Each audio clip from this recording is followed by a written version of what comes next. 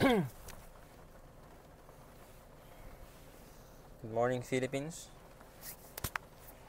Rainy morning pala. Rainy morning here in Nueva Ecija.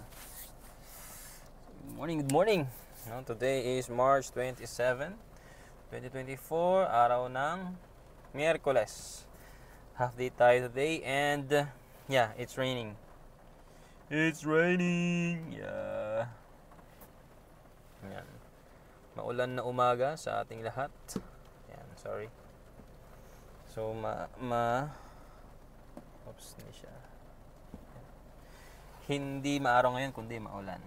I don't know if it's because of the weather, but I think okay lang naman na medyo maulan. So, good morning. Again, this is Oscar and this is Millennial Memo, personal stories of a millennial government employee. So, yesterday, 8:11 na pala. Time check. Time check is 8:11. Nakapag-in naman na ako. Balik lang ako dito. So, hapon, ang activities namin, continue lang naman ang aming data collection, data gathering, and data migration. Yun to. Collection, migrating, and encoding. So, those are our activities yesterday. Again, maulit lang naman yun ngayon. But, like what I have told you, chinek ko yung IX, yung health and safety, DSWD na module sa ating information system. And according to my staff, ay sa April 1 na daw sila mag-start ng migration and the same time, utilization. Okay? So, okay. Let us see.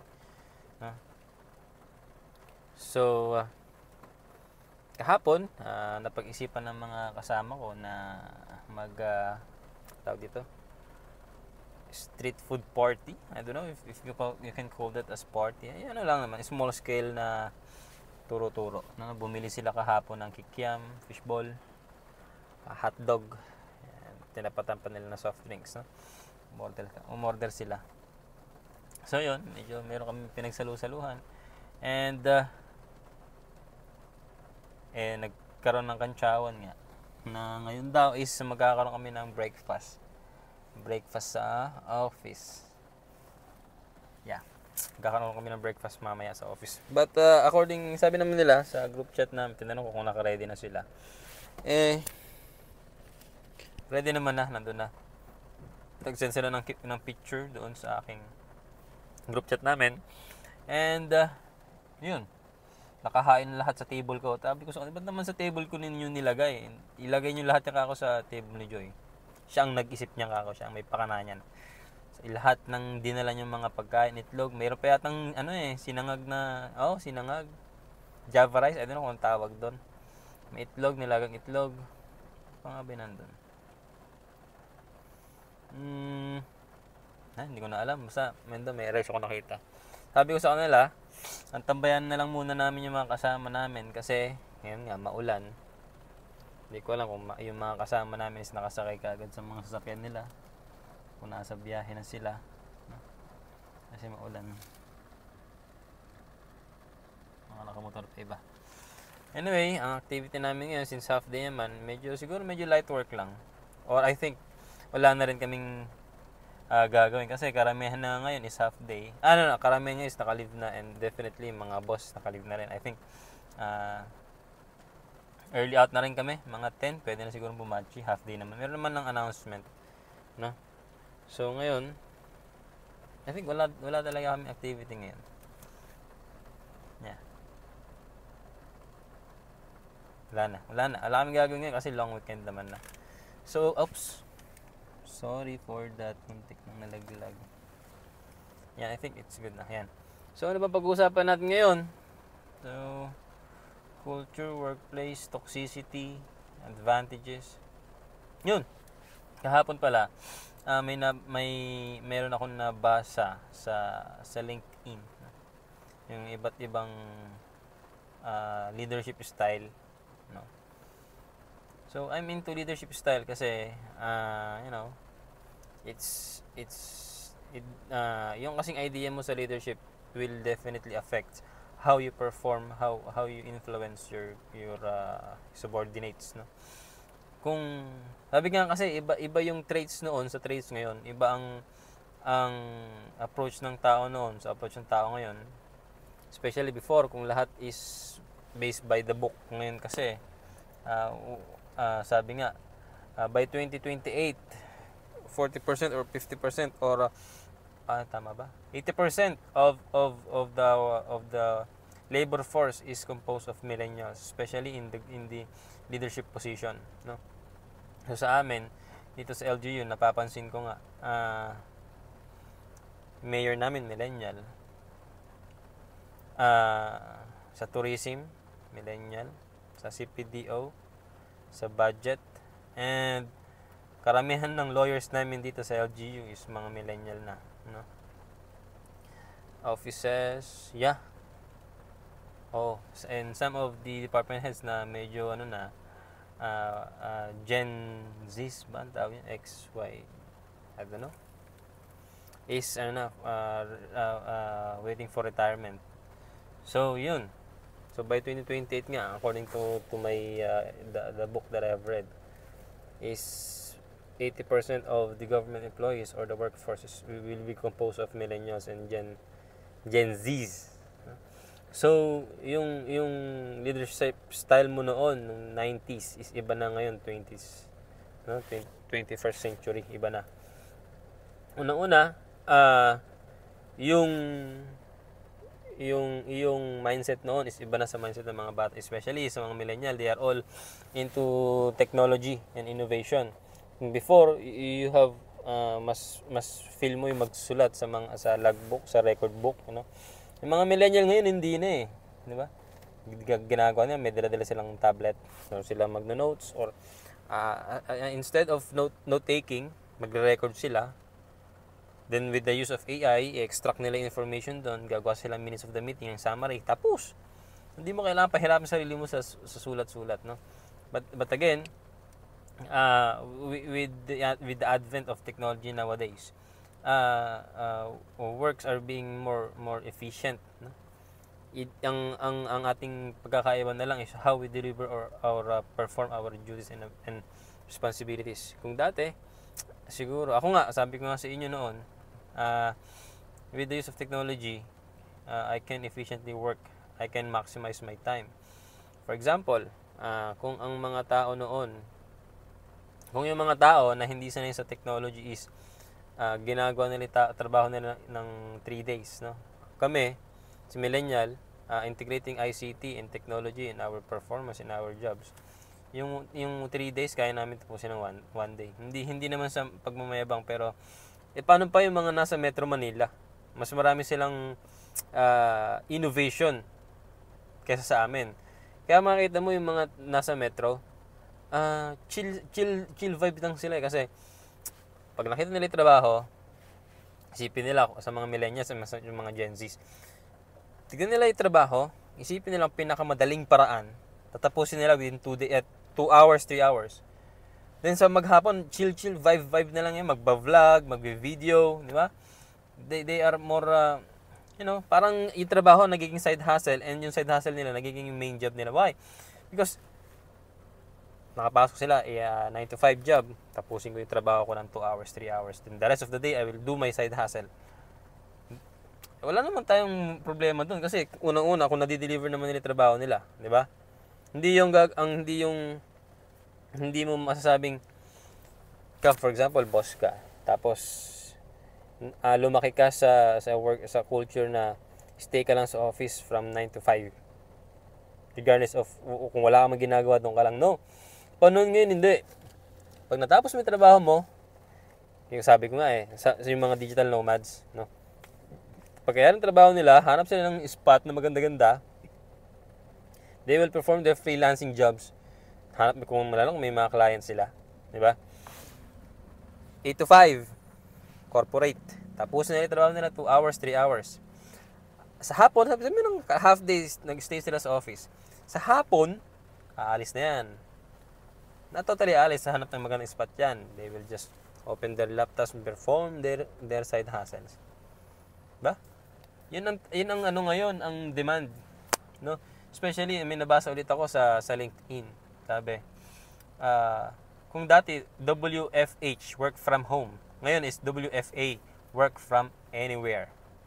That's according to Harvard Business School, no? Sabi nila by 2027, mas patok na sa corporate world yung WFA. Why? With technologies today, bihira naman na yung location na walang internet, especially sa Metro Manila, sa Cebu, sa Davao, Cagayan, Iligan. Bihira na yung mga location na walang internet, especially abroad.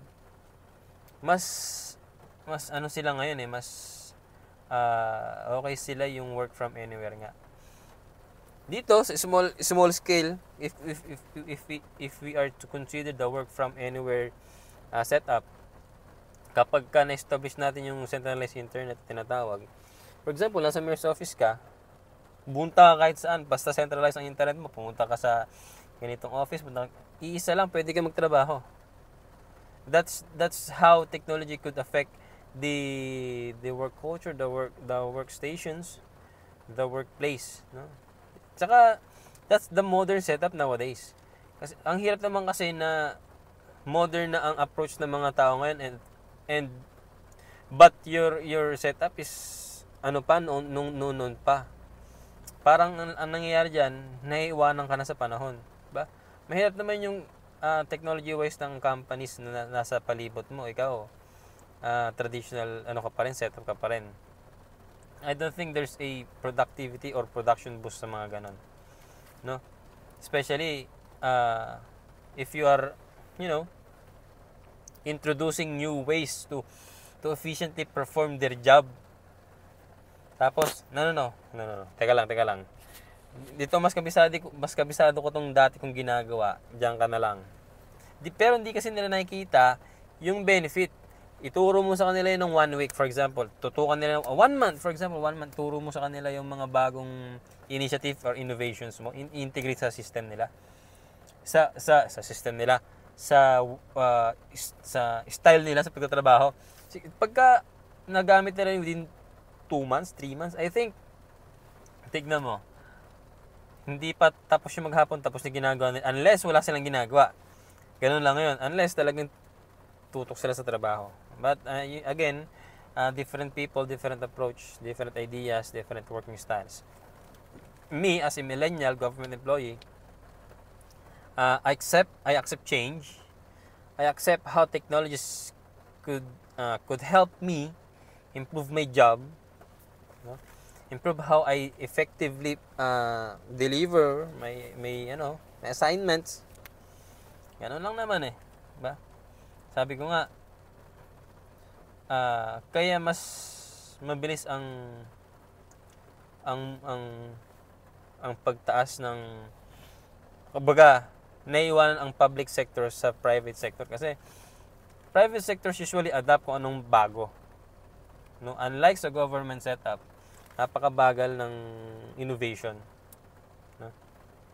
Ang nag-innovate lang din usually talagang into innovation, DOST, ano pa ba, DOST, DICT, DTI, those who are involved in, innovation, inventions, yun usually ang nauna talaga sa government sector. But in the local government unit, matagal ang nila,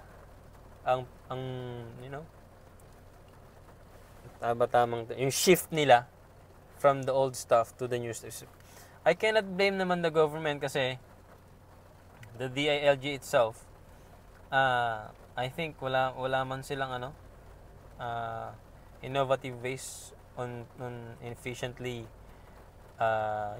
helping the local governments to innovate. Parang wala Lalo na yung SGLG, wala naman ako nakita dong points about ICT and innovation Wala.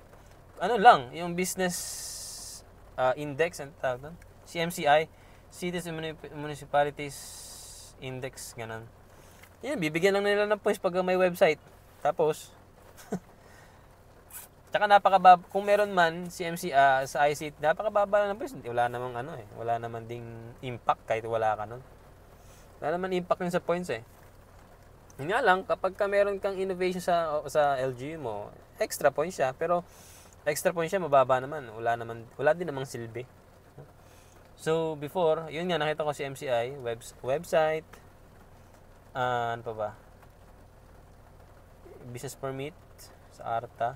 Then, nakita ko doon yung mga criteria din yung sa innovations, IPOs, intellectual properties. Eh, ano gagawin ng ano doon? Napakahirap naman gawan ng paraan noon. Diba? Unang-una, meron nga binigyan na criteria si DLG gano'n. Wala naman tinuturo kung paano. Usually, nakafocus lang sila sa infrastructure, sa engineering, yung PWD. I'm not telling you na mali yung ginagawa nila, but again, if you want to move forward and adopt ICT in the local government unit, baka naman pwedeng taasan mo yung points. Diba? Kasi nung 20, kailan ba may SGLG? 20 ano pa eh.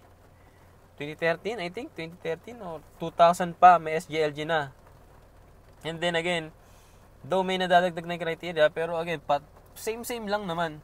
Same criteria, pero may nadadagdag. For example, siguro kung nauna is infrastructure, yung mga accessibility, yung sloping sa mga PWDs, no? Tapos may crime, poverty, mga ganun. I'm not telling na mali ang ginagawa ng DLG, kasi sila naman ang into local government unit. But, sabihin natin siguro, may bias din ako magsalita kasi I'm in the ICT sector. But again, yun nga, siguro kung bibigyan nila ng pansin yung, hindi, siguro mahirap din bigyan pansin ang ICT kasi unang-una, wala naman din batas sa DILG or sa local government code na required ang ICT. Wala naman ganoon. Though may proposed bill amending the local government code and amending dadagdag yung ICT officer sa local government unit. I don't know if naipasa na yun, but noong 2019 pa yata yung bill na yun. Hindi ko alam kung na-aprobahan na. Siguro, we have to, I don't know, the ICT and the DLG must be, collaborate on how the ICT could penetrate sa local government settings, no? Kasi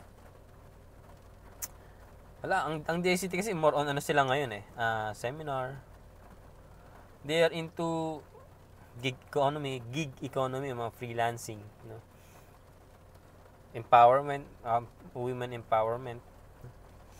Pero kung tignan mo sa private sector, mas magaling silang tumarabaho. Why? Kasi I don't know, ibang hassle kasi talaga sa private sector, no? Meron silang iba't ibang groups. And meron silang iba't ibang community na bubuo, no?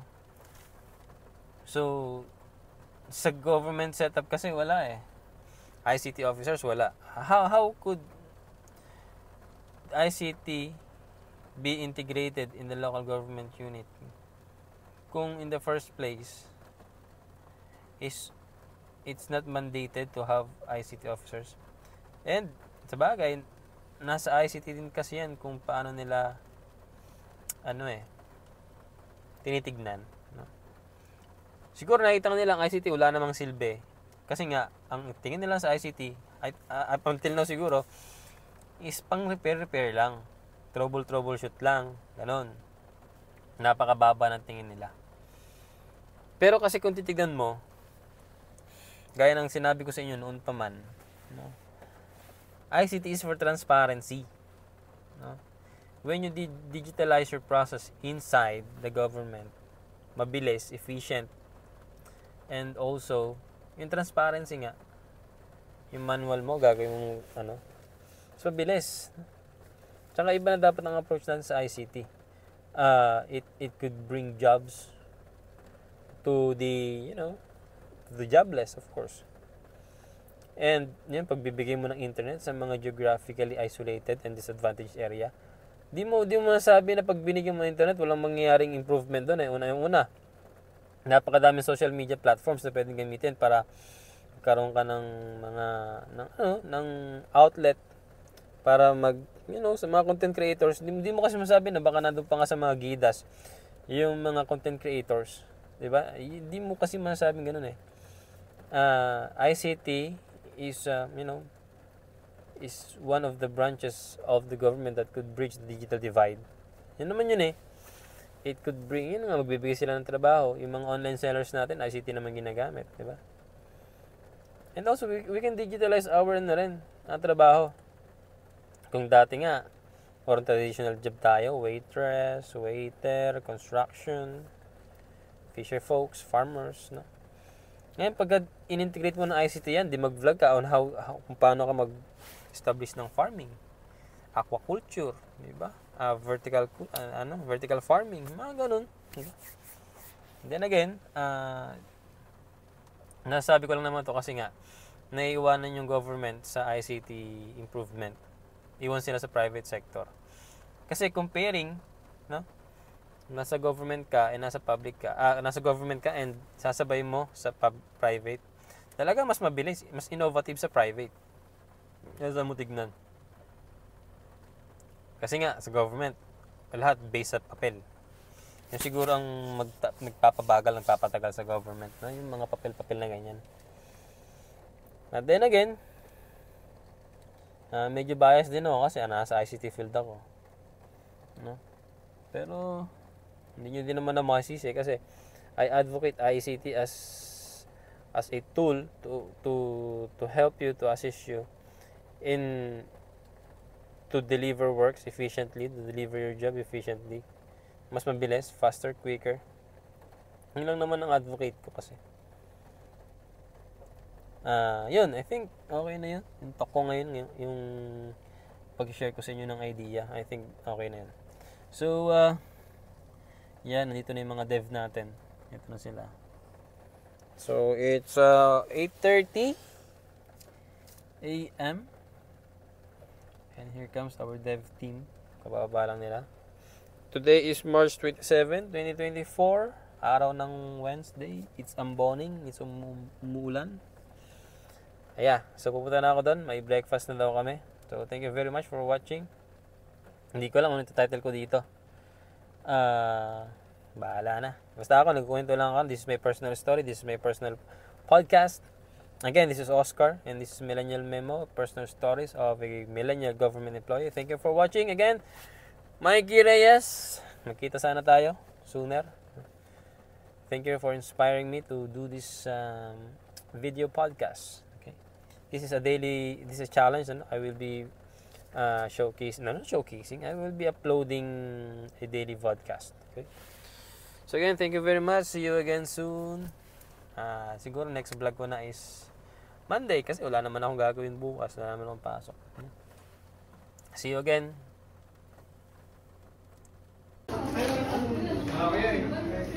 So breakfast sa office.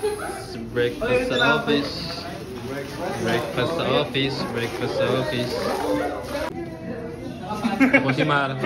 Huwag ka sa vlog, Mar. YouTube yan, shout out daw. Sarap naman yun. Nadarap naman yun. Uy. Kain po kayo rito, punta po kayo rito. Ano pa? Sige. Uy, ang sarap nyo na. Si Matt, si Jam, si Ganda naman ng taga-serve. Uy! Thank you. Ganda ng taga-serve. Ang sarap!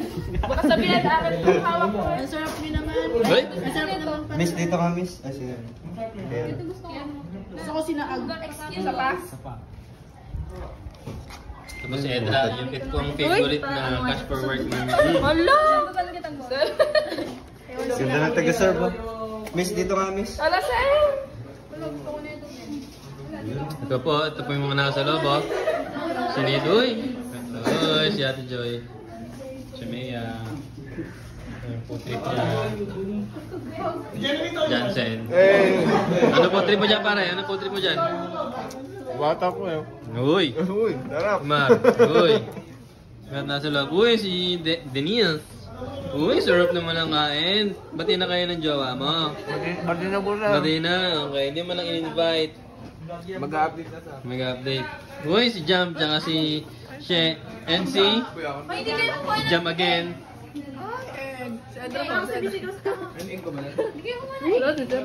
Jam, ganyan kalapit si Ate She, ginawang patungan yung laptop. Kita nyo? Oh, ito pa isa, huli-huli yata nito. Si Jam din, ginawang patungan. Sige. Oh, ito si Edeline. Oh, Princess! Ay, Prince! Sorry. Vlogger na si sir. Vlogger na ako yan. Si Ju. Uy, Daniel! Ay, sir. Oh, wow, Daniel Padilla. Kaso may sakit. Ay, wala naman dito. Masaya naman dito. Oh, Nanay Jen. Kaway ka naman dito, Nanay Jen. Oh, hello. Ay, kasama ka na dito. Oh, sige. Oh, si Maz. Hello. Yan. Uy! Natira na po. Ito na po yung mga pambakbakan natin. Yung mga taga-ICT Division na po yan. Oh. Ito po ang saksakan ng... Saksakan ng pogi. Saksakan ng pogi. Ayan. Ito na po saksakan ng... Saksakan ng saksakan. Saksakan ng cute. Ito po saksakan ng... HDMI. Ito, saksakan ng... Karte. Ay! Pabebe. Ito, saksakan ng kabebe. Sanay na yan sa akin. Okay. So, yan niyo po malalaman yung mga pandayo talaga sa mga event. Pabebe, Ano? hindi ko sabihin sa kaartean mo. Yan.